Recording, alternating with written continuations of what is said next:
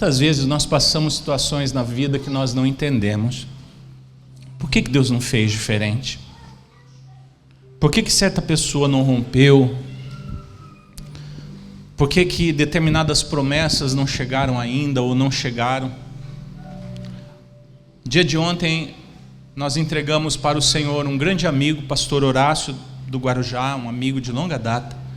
Morreu com 54 anos de idade, vítima de um câncer. Foi enterrado agora pela manhã. E quando isso acontece, dá aquela sensação assim, meu Deus, por que tão rápido? Tinha tantos anos de vida. Horácio estava vivendo o melhor momento do seu ministério. Horácio estava pregando com uma graça muito grande, edificando sua igreja. Depois de viver terríveis problemas físicos, espirituais, Deus restaurou Horácio. E a sua casa estava abençoando tanto a casa espiritual daquela comunidade. E ele poderia ter vivido mais 20 ou 30 anos semeando graça, bênção, sendo instrumento de Deus, mas aprove a Deus levar o seu filho para casa com 54 anos, quando tudo parecia que ele estava decolando para uma fase tão próspera. Nessa perplexidade de não entendermos algumas situações da vida, às vezes nós podemos abrir o nosso coração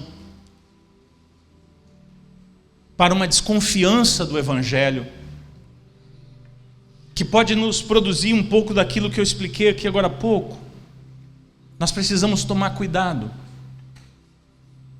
porque embora muitas situações elas escapem pela nossa mão, nós não tenhamos respostas para elas, nós precisamos continuar confiando e acreditando na obra que Deus está fazendo em nossas vidas.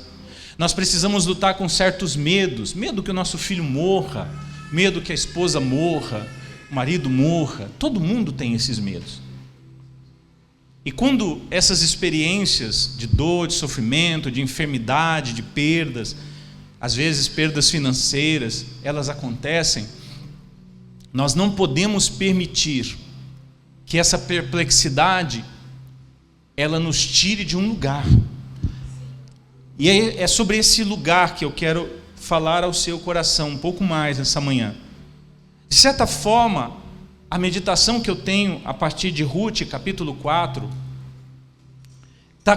está conectada com tudo que eu falei até agora. Está conectada com esse lugar em Deus que o apóstolo Paulo fala em 2 Coríntios, que é reservado e é direito de cada homem e mulher de Deus, independentemente da sua classe social, da sua situação atual.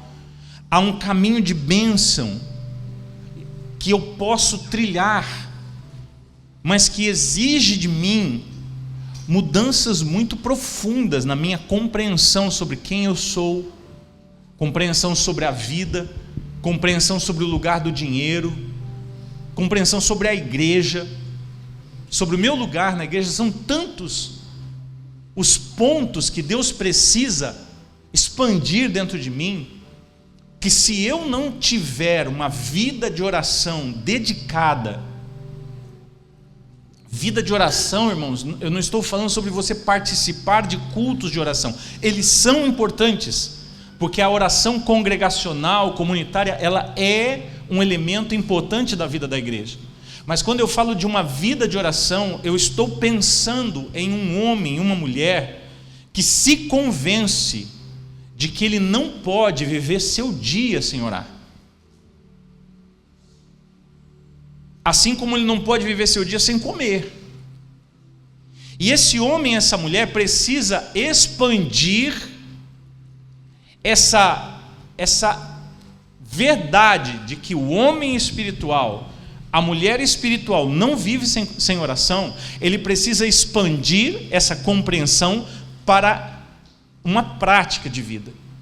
E quando você decide fazer isso, você vai lutar contra gigantes. E você vai lutar sozinho. É só você dobrar o seu joelho e dizer assim: eu vou orar 15 minutos todo dia, que você vai entender o que eu estou dizendo para você. Eu não preciso ser profeta para saber que 80%, 90% da igreja não faz isso, inclusive aqui e agora, porque estamos engolidos pela vida, estamos engolidos por afazeres, todos legítimos.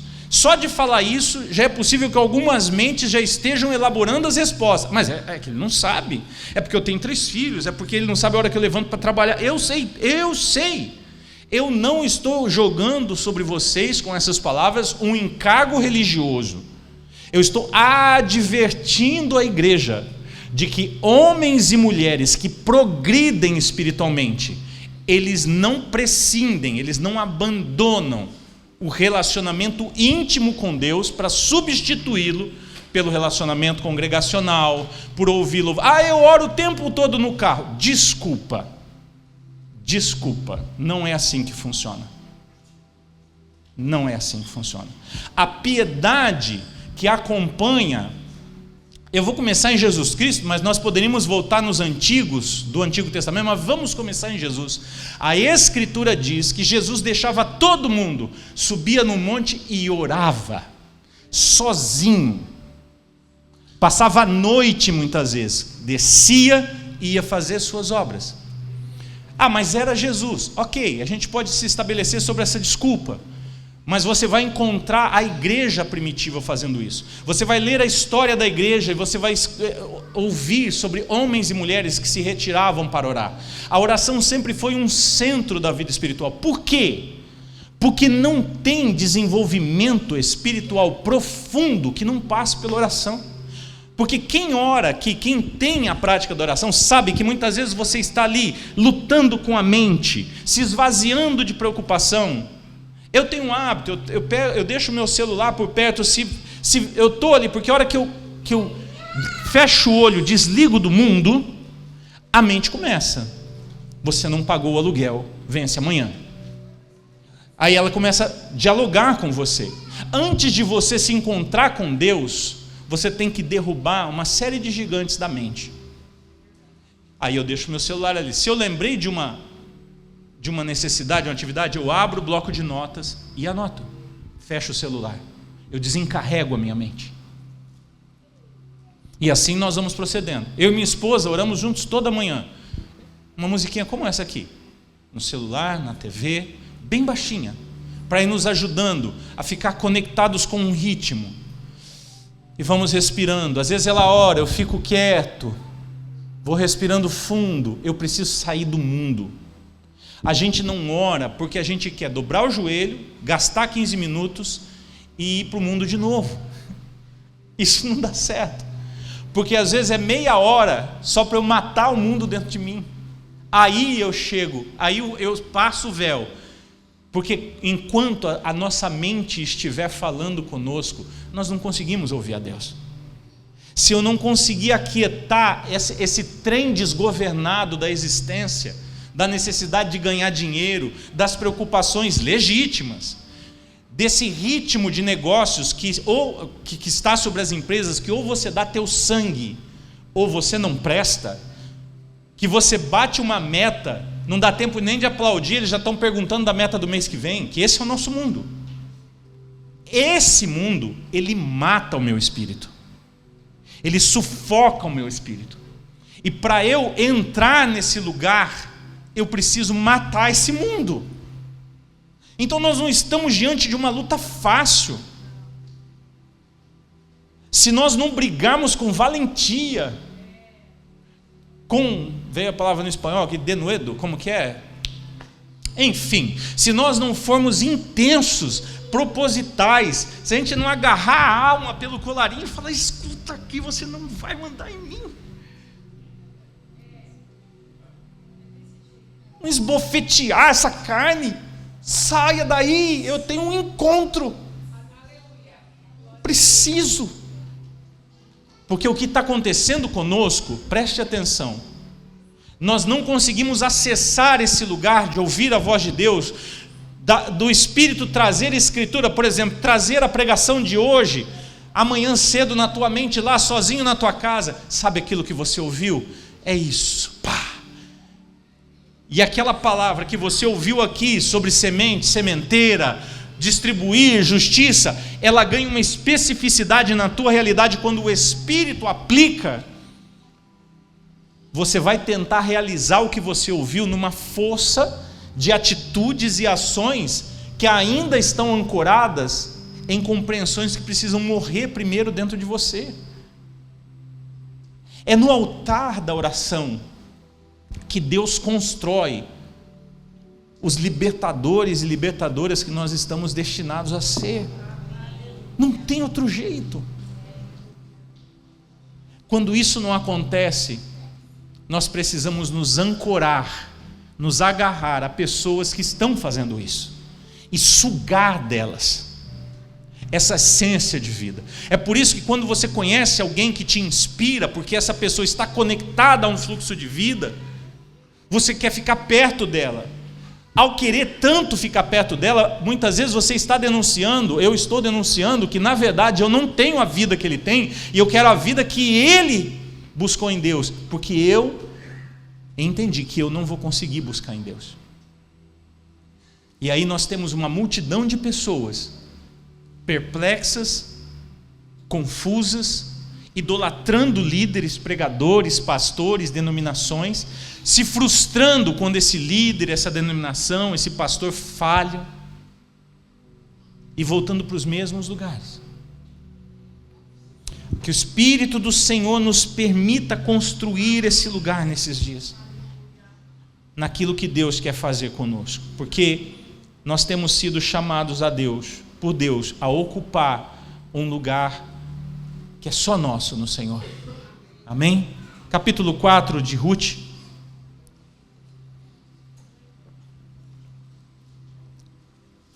A partir do versículo 1. Boaz foi até o portão da cidade e sentou-se ali. Eis que o resgatador, guarde essa palavra, resgatador, de que Boaz havia falado, ia passando. Então ele o chamou. Esse resgatador era um parente próximo de Ruth, que tinha um dever. Eu vou falar desse dever daqui a pouco. Boaz queria realizar esse dever instituído por Deus, mas ele não podia passar à frente desse homem. Então ele chama esse homem para conversar. Fulano, chegue até aqui e sente-se. O homem foi e se sentou. Então Boaz chamou 10 homens dos anciãos da cidade e disse: sentem-se aqui. E eles se sentaram. Verso 3. Boaz disse ao resgatador: Noemi, sogra de Ruth, que voltou da terra dos Moabitas, pôs à venda aquele pedaço de terra que foi de nosso parente Elimeleque. Então resolvi informá-lo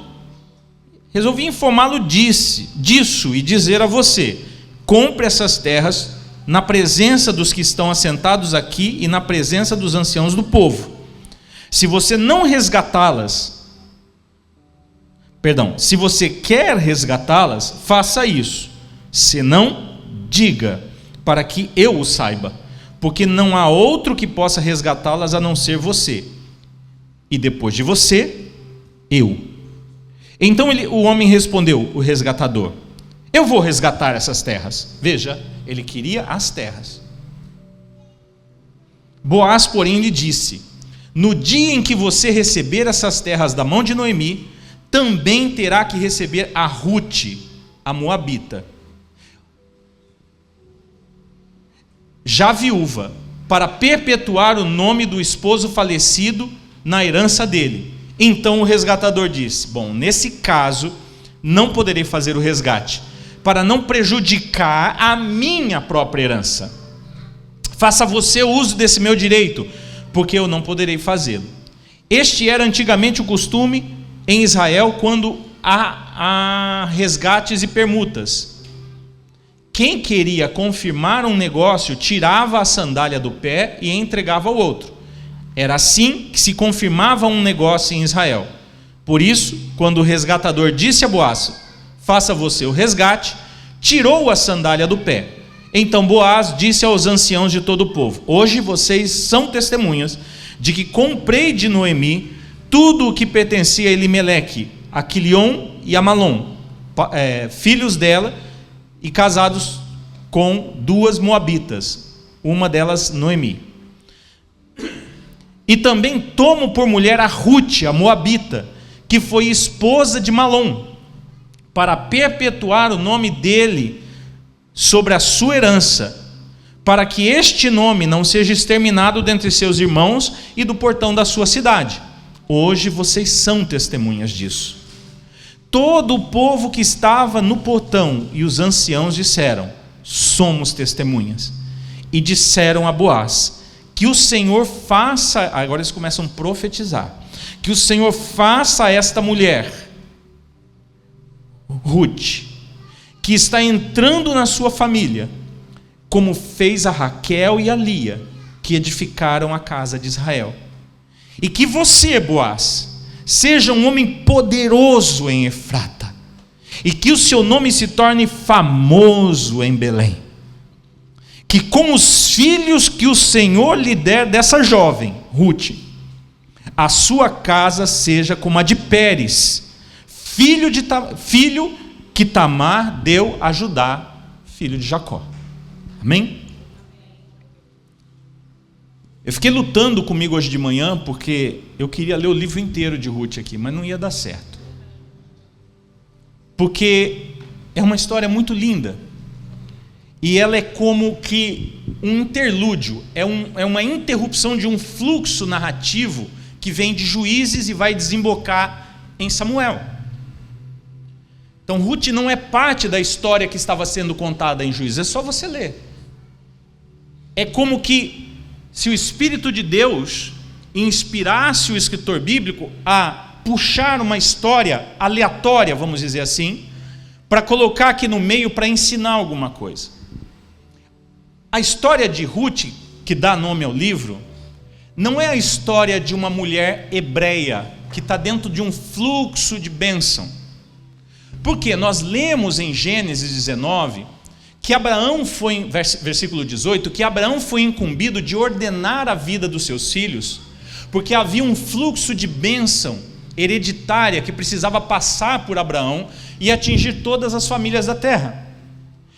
Nós sabemos, por termos a escritura completa em nossas mãos, que essa bênção abraâmica, ela tem relação com o nascimento do Cristo, que foi prometido em Gênesis capítulo 3, verso 15, sob o título Semente da Mulher. Do fruto da semente da mulher viria aquele que esmagaria a cabeça da serpente. Hoje nós sabemos que quem esmaga a cabeça da serpente é o Cristo. Então imagine, quando Eva, voltei lá no Gênesis, quando Eva está sentindo a dor de todo aquele processo de amaldiçoamento, de perda que ela está vivendo, Deus dá uma promessa, Deus olha para o ventre dela e diz: vai nascer de vocês, mulheres, uma semente que vai acabar com essa dor.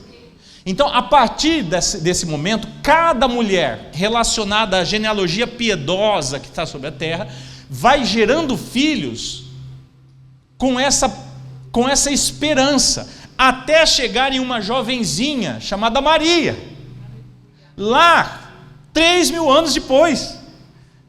Deus vai escrevendo uma história geracional para construir o cumprimento de uma promessa. E à medida que essa história vai sendo construída, níveis de revelação da verdade vão sendo dados. Quando essa história chega em Abraão, já falei dele aqui hoje, Deus pega um homem em toda a sua impossibilidade, para mostrar que não era por esforço humano. Embora a semente venha do ser humano, não é do ser humano que nasce a transformação. Ela é divina, ela é sobrenatural. E Deus mostra isso em Abraão. Quando nós chegamos ao capítulo 22 de Gênesis, você tem um Deus pedindo para Abraão aquilo que prometeu dar para ele, que cumpriria a promessa. E Abraão tem que subir aquela montanha, matando um filho dentro dele, porque ou ele mata o filho, ou ele mata a confiança dele em Deus.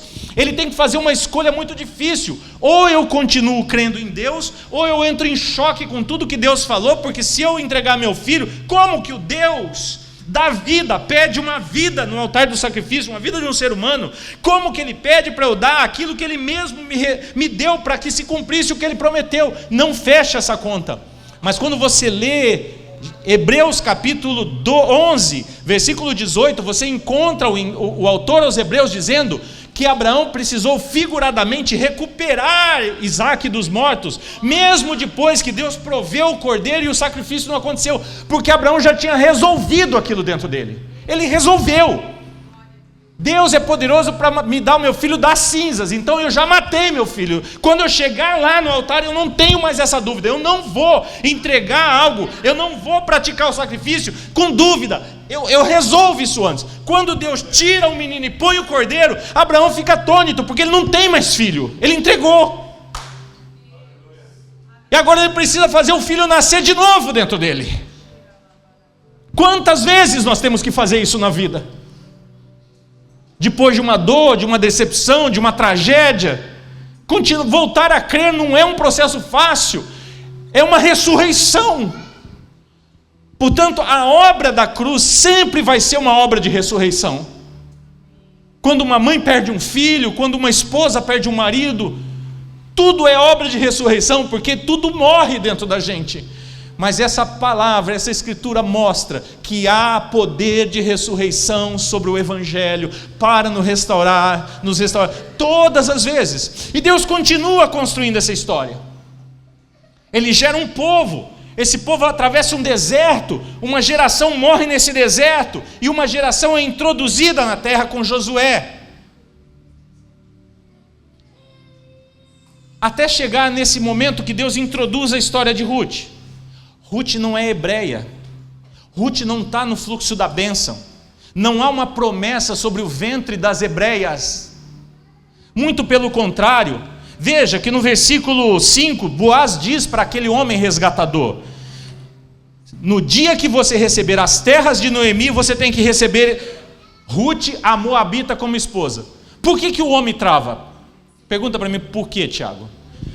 Por favor, coloquem na tela para mim Deuteronômio 23, 3. Deuteronômio 23, capítulo 3. Há uma ordem de Deus nesse versículo. Há uma ordem expressa de Deus. Fiquem preparados que eu posso pedir outros versículos, tá? Nenhum amonita ou moabita e nenhum dos seus descendentes até a 10ª geração terá permissão para participar das reuniões sagradas do Senhor. Ninguém pode entrar na comunidade de Israel se for moabita. Ruth era o quê?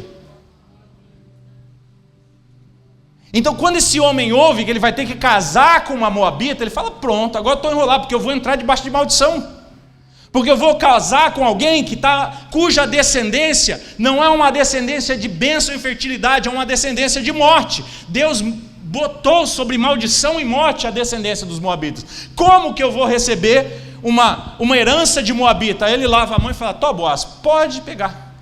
Porque esse homem, ele tinha interesse nas terras que Noemi tinha. Mas quando ele tem que resgatar a vida de alguém, não lhe interessa, porque ele não tem espaço dentro dele, ele não tem verdade de Deus dentro dele, para entender o poder que havia naquilo que Deus pediu para fazer. Quem é o resgatador? O resgate é um princípio divino colocado sobre o povo de Deus, para que injustiças fossem corrigidas. Então, todas as vezes que um homem morria e deixava uma mulher sem herança, descoberta, sem filhos para continuar a sua geração, essa mulher se tornava, por assim dizer, amaldiçoada, e ela não teria mais espaço na sociedade, ela teria que se tornar uma mendicante, ela teria que viver da misericórdia alheia, ela não tinha mais futuro, ela não tinha mais expectativa de futuro. É por isso que quando os 2 filhos de Noemi morrem, e o seu marido também morre, isso está no capítulo 1, versículo 5, depois morreram também os filhos, Malom e Quilom, os 2 filhos de Noemi, assim ela ficou sozinha e sem os 2 filhos, e aí no versículo 20 ela dizia: não me chamem de Noemi, mas de Mara, porque o Todo-Poderoso me deu muita amargura. Ela sabia que a vida dela acabou, e Noemi, a moabita, contra tudo que estava escrito, resolveu acompanhar Noemi. Todo mundo acha bonito isso no livro de Noemi: teu Deus será meu Deus, teu povo será meu povo, mas ela era rejeitada. Essa menina enfrenta tudo de contrário na vida dela para acompanhar uma coisa ilógica. E ela vai para dentro do povo de Israel, e certamente todo mundo olhava essa moça com o nariz torcido, é moabita, ela não pode entrar na nossa casa, ela não pode fazer parte do que nós temos. Tem uma palavra de maldição sobre a vida dela, mas tem um princípio no meio de Israel, chamado princípio do resgate, no qual um homem, uma família, prósperos, abençoados por Deus, precisam ficar numa posição na qual, quando alguma tragédia acontecer, eles se expandam para lá. Está fazendo a conexão com o que nós lemos lá de 2 Coríntios capítulo 9? Eles vão para aquele lugar de morte, abraçam a morte, corrigem e trazem a vida.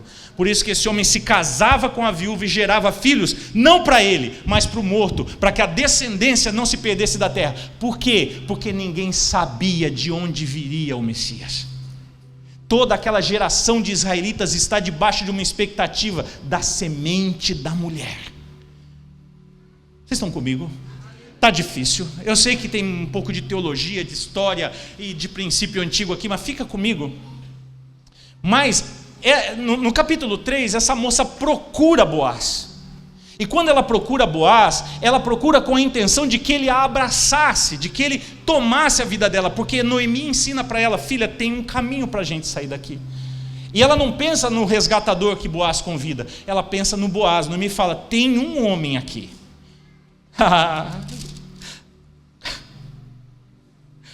Capítulo 3, versículo 1. Noemi, a sogra de Ruth, disse: minha filha, não é verdade que eu devo procurar um lar para você, para que você seja feliz? E esse Boaz, na companhia de cujas servas você esteve, não é um dos nossos parentes? Eis que essa noite ele estará limpando cevada na eira. Lave-se, ponha perfume, vista a sua melhor roupa e vá até a eira, mas não deixe que ele perceba que você está ali. O medo da Noemi, que ele percebesse que ela era moabita, tentando ajudar a menina. Quando ele for dormir, verso 4, repare bem o lugar onde ele vai se deitar, então vá, descubra os pés dele e deite-se ali, e ele dirá o que você deve fazer. Noemi sabia que Boaz tinha um espírito resgatador. Como que Deus fez isso na vida do Boaz? Eu vou imaginar, isso não está escrito na Bíblia. Boaz era um menino. Vocês viram eu falando no ouvido do Matias aqui? Eu estava conversando com o Matias. Eu estava conversando com o espírito desse menino. Porque eu acredito que nós plantamos sementes na vida de crianças. Nós ajustamos destinos e o Senhor me inspira a falar o destino dessa criança, como eu tenho feito com os meus netos também. E eu fico imaginando o Boaz, talvez assim, na idade dessas meninas aqui, correndo pelo quintal, e a mãe dele sentada, e ela chama o menino, não está na Bíblia, tá? Boaz, meu filho, senta aqui comigo. Está vendo teu pai? Eu quero te contar uma história sobre teu pai. Eu vivia numa cidade, meu filho, essa é a mãe do Boaz. Eu vivia numa cidade que eu era muito desprezada, porque a vida da mamãe não era muito certa. A mamãe fazia algumas coisas que todo mundo achava errado, mas eu não tinha outro jeito de viver. Mas um dia, filho, eu estava lá na nossa cidade, amargurada, e passaram 2 homens. Eles eram estranhos, mas quando eu olhei para eles, algo começou a falar dentro do meu coração: acolha esses homens. E eu trouxe eles para dentro da minha casa. E eu entendi que na vida daqueles homens estava algo para acontecer que tinha a ver com a minha vida. Então o teu pai, que era de um povo estranho, que não tinha como se relacionar comigo, meu filho, ele me amou. E ele disse: eu vou resgatar você. Eu vou resgatar você. Essa cidade vai ser destruída, mas antes dela ser destruída, você vai colocar um cordão escarlate na janela dessa cidade, porque eu vou saber onde você está. E quando a gente entrar para destruir essa cidade, eu vou atrás de você, Raabe, porque eu vou me casar com você, e a sua vida vai ser restaurada, porque a mãe de Boaz era Raabe. que, segundo as Escrituras, vivia em prostituição. E ela conta aquilo para aquele menino, e ela vai convencendo a mente daquele menino de que tem um destino para ele. Deus te chamou, meu filho.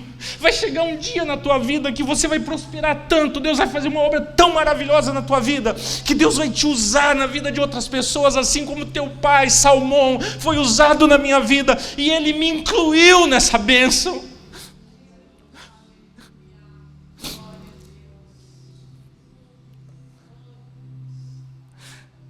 Ah, meu Deus.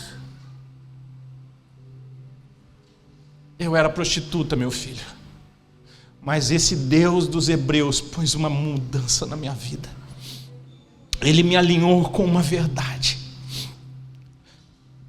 E eu quero ensinar você, porque você é descendente do teu pai, e o teu pai é um resgatador, e eu quero declarar sobre a tua vida que Deus vai te usar para fazer um resgate. Então, quando Noemi chega na vida dele, ele sabe o que ele tem que fazer. Para ele não interessa que é uma moabita que foi amaldiçoada. Ele sabe que no dia que ele acolhesse aquela menina, ela entraria debaixo de um fluxo de bênção, e toda a maldição seria exterminada, e a misericórdia do Todo-Poderoso inseriria essa menina em um fluxo de bênção, de misericórdia, de graça, de vontade de Deus, e toda a sua história seria alterada. E depois que isso que eu contei para vocês acontece, que os anciãos da cidade declaram aquelas palavras proféticas sobre a vida de Boaz. O versículo 13 diz assim: assim Boaz recebeu a Ruth, e ela passou a ser sua mulher. Ele teve relações com ela, e o Senhor concedeu que ela ficasse grávida e tivesse um filho. Então as mulheres hebreias disseram para Noemi, não para Ruth, primeiro para Noemi: bendito seja o Senhor, que não deixou hoje de lhe dar um neto, que será o seu resgatador. Que o nome dele venha a ser famoso em Israel. Nele você terá renovação da vida e consolo na velhice, pois a sua nora, que ama você, o deu à luz, e para você ela é melhor do que 7 filhos. Noemi pegou o menino no colo, filho de Ruth, e começou a cuidar dele. E as vizinhas, olha que coisa interessante, irmãos, as vizinhas deram nome para o filho de Ruth. As vizinhas hebreias, sobre as quais toda aquela palavra de maldição sobre Moabita estava, elas são impactadas pelo que Deus estava fazendo naquela família. E elas veem a profecia, elas veem o que Deus está fazendo, e elas também liberam um nome, um alinhamento sobre a vida do filho de Ruth. E as vizinhas lhe deram nome dizendo: nasceu um filho para Noemi. Uma cadeia de maldição quebrada. A própria avó é inserida naquela maternidade, e eles chamam o filho de Ruth de Obed, que quer dizer servo. E diz o texto que esse Obed é o pai de Jessé e avô de Davi. Ah, meu Deus! Pronto, está conectada à linhagem do Messias. Está conectada à linhagem daquele que seria o nosso grande resgatador. Por causa dele, Paulo vai te dizer em Efésios capítulo 1, oh glória a Deus, a partir do versículo 3: bendito seja o Deus e Pai de nosso Senhor Jesus Cristo, que nos abençoou, meu Deus, com todas as bênçãos espirituais nas regiões celestiais em Cristo. Antes da fundação do mundo, Deus nos escolheu nele para sermos santos e irrepreensíveis diante dele. Em amor, nos predestinou para ele, para sermos adotados como seus filhos por meio de Jesus Cristo, segundo o propósito da sua vontade, para o louvor da glória da sua graça, Ele nos concedeu gratuitamente no amado. Nele temos a remissão pelos seus, nele temos a redenção pelo seu sangue, a remissão dos pecados, segundo a riqueza da sua graça. Cada homem e mulher que entrava debaixo daquele fluxo de bênção na antiguidade, estava anunciando a obra do Messias. E cada homem e mulher que na época da graça entra debaixo desse fluxo de bênção, está reproduzindo a obra do Messias. Desde que o Senhor Jesus morreu na cruz, Ele tem constituído homens e mulheres sobre a terra com um poder redentivo. Não é a redenção do pecado, não é a confusão com a obra do Cristo, mas é uma obra de graça. É por isso que Paulo fala: vocês vão ser enriquecidos, vocês vão se tornar Boaz. De formas diferentes na vida de vocês, uma obra de graça vai quebrar maldições. Pessoas que se aproximarem de vocês serão alinhadas com um propósito de vida. Ah, meu Deus do céu, o que ainda nos falta para nós entendermos isso? Que a nossa vida não é nossa, que a gente não está nesse mundo para ganhar dinheiro, para ficar rico, para ser igual o Pablo Marçal, ou seja lá quem for. Nós estamos aqui por causa de um propósito. Deus está nos alinhando com propósitos que nos levam ao encontro de uma obra maravilhosa. Eu não sei, meu irmão, pelas coisas que você pode ter passado na sua vida, quais são as dores, as lutas, as maldições que podem pesar sobre você dos teus antepassados, que ainda te trazem dor e sofrimento, mas o Senhor diz nessa manhã: eu já quebrei o poder das trevas da sua vida, eu já quebrei toda a maldição da sua vida. Não viva mais nesse lugar, porque eu tenho feito da sua vida a vida de um resgatador, de uma resgatadora. Alinhe-se com a minha palavra, entenda o que eu fiz pela sua vida e deixe eu continuar essa obra em você. E eu quero te abençoar nessa manhã em nome de Jesus, para você entrar com força nesse ano, naquilo que Deus quer fazer na tua vida. Entenda o que Ele está fazendo. Ele está nos conformando com verdades que têm o poder de romper cadeias de trevas. Ah, meu Deus!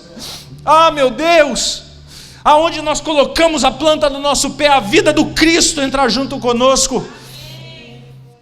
Não importa as realidades que nós enfrentamos, a vida do Cristo está nos alinhando com essas verdades em nome de Jesus. Fica de pé comigo, porque eu quero abençoar a tua vida nessa manhã.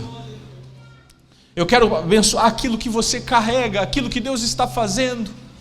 Espírito Santo de Deus, Espírito que quebra fortalezas de mentira, sofismas malditos, que têm sido plantadas em mentes e corações de homens e mulheres que estão destinados por Deus a serem resgatadores e resgatadoras, homens e mulheres que vão andar por esse mundo corrigindo injustiças, homens e mulheres com palavras poderosas na sua boca, homens e mulheres destinados a receber riquezas para distribuir, para corrigir o mal do mundo, homens e mulheres com palavras poderosas para atingir corações que estão endurecidos, ministérios poderosos que precisam romper e exatamente agora estão debaixo de um cativeiro de medo, estão debaixo de um cativeiro de opressão mental, estão vivendo presos em pequenas cadeias de mentiras que estão impedindo o fluxo da bênção.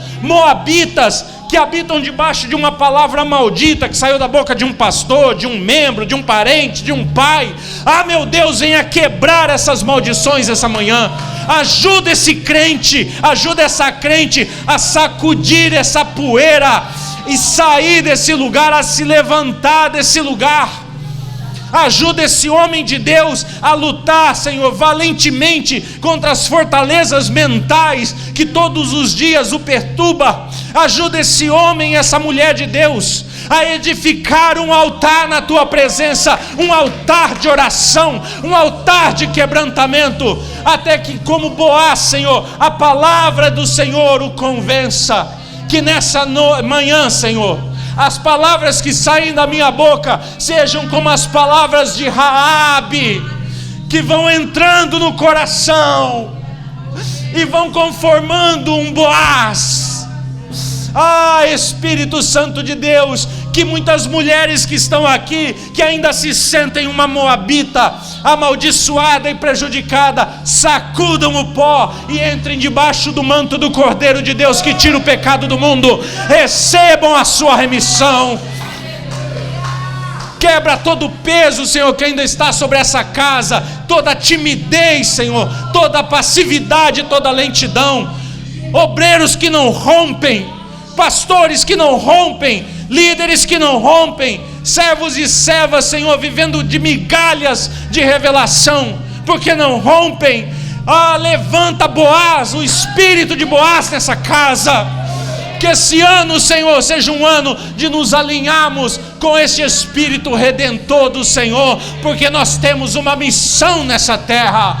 Em nome do Senhor Jesus, Senhor, faça com que essas palavras entrem profundamente no coração da Tua igreja nessa manhã, e alinha-nos com a Tua verdade, Espírito Santo, em nome do Senhor Jesus. Vamos dar um aplauso ao Senhor.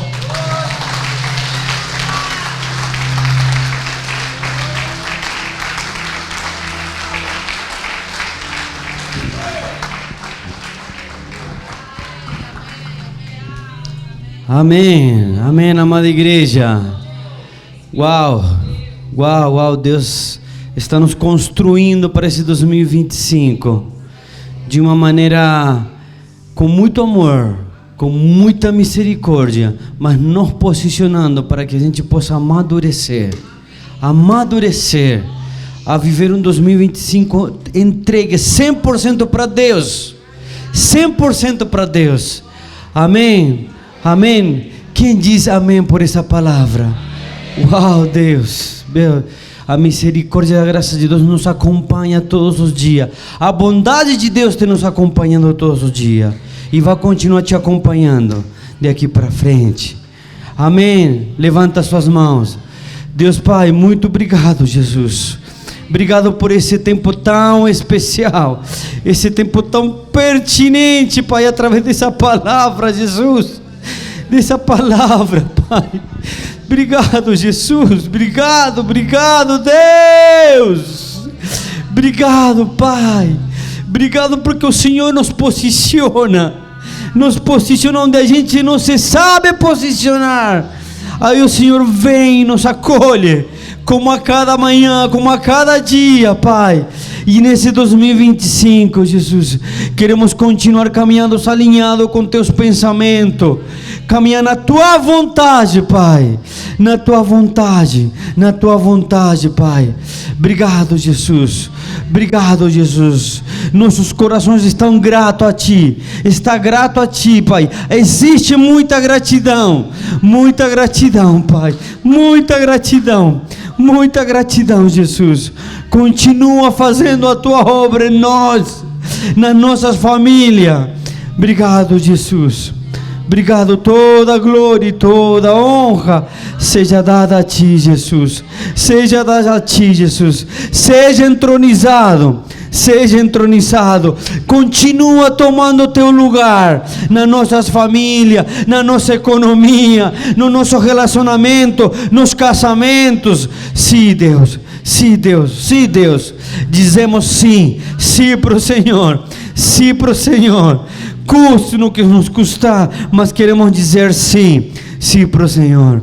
Obrigado, Pai. Obrigado, Jesus. Amém e amém. Dá uma salva de palma para Deus aí. Aleluia. Amém, querida igreja. Fica atenta nas redes sociais, que a gente está passando informações sobre as nossas atividades no grupo da igreja. Se você não pertence no grupo da igreja no WhatsApp, por favor, procure a Mário, o tio, eu, seus líderes também aí, para você poder estar dentro dos grupos aí. Que Deus te abençoe e tenha um excelente domingo. Que a paz do Senhor te guarde e te acompanhe. Amém. Um forte abraço. Deus te abençoe, meu irmão, minha irmã.